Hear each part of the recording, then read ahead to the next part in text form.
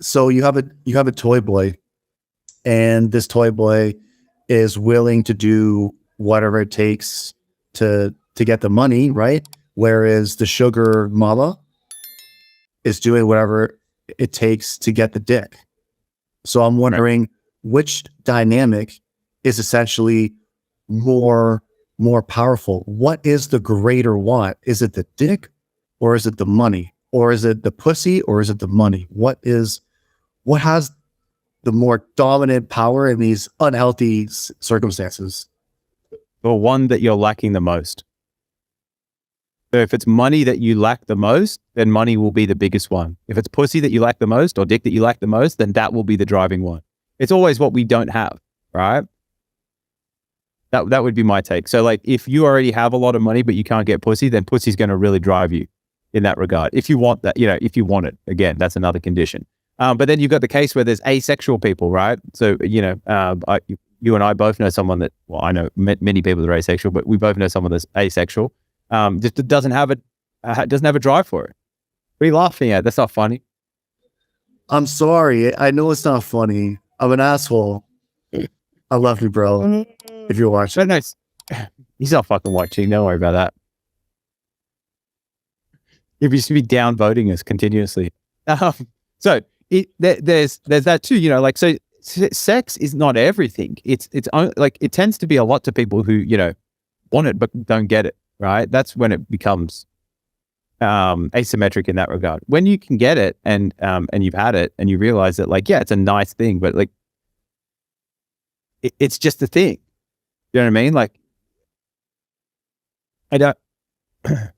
I think, yeah, it's the thing you're missing that has the most power over you, or the thing you're wanting that you're not getting is the thing that'll end up having the most power over you. There is this question that comes up to women. It's, would you rather have a sugar daddy or an OnlyFans account?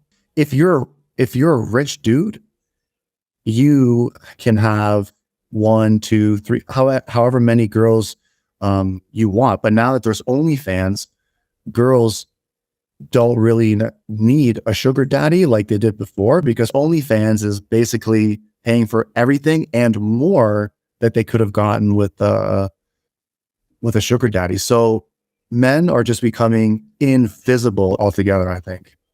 So it's why have one sugar daddy when you could have many sugar daddies? OnlyFans.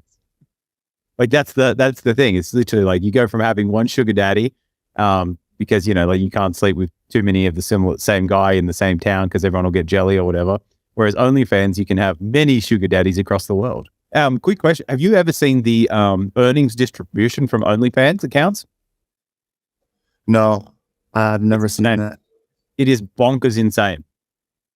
So essentially it's just like, less than 0.1% of the accounts make all the money. And then 99.99% of every other account is like nothing. So it's just like, like a very tiny percent of accounts make the majority of the money on the platform, and then everybody else is just fighting over pennies. Essentially, it's like a few OnlyFans creators have the monopoly on making the money on OnlyFans. Really? Yeah, it's really interesting. I thought that any girl could make money on there. I was under the assumption that any girl literally could make money on there and make money on there. You're just not going to make lots of money on there.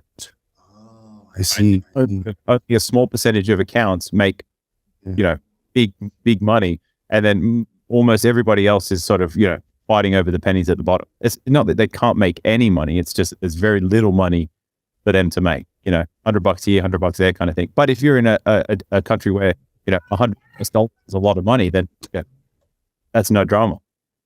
But again, it's just like, it becomes a commodity. The more people do it, more choices. Naturally, there's going to be a few people that sort of get the most choices.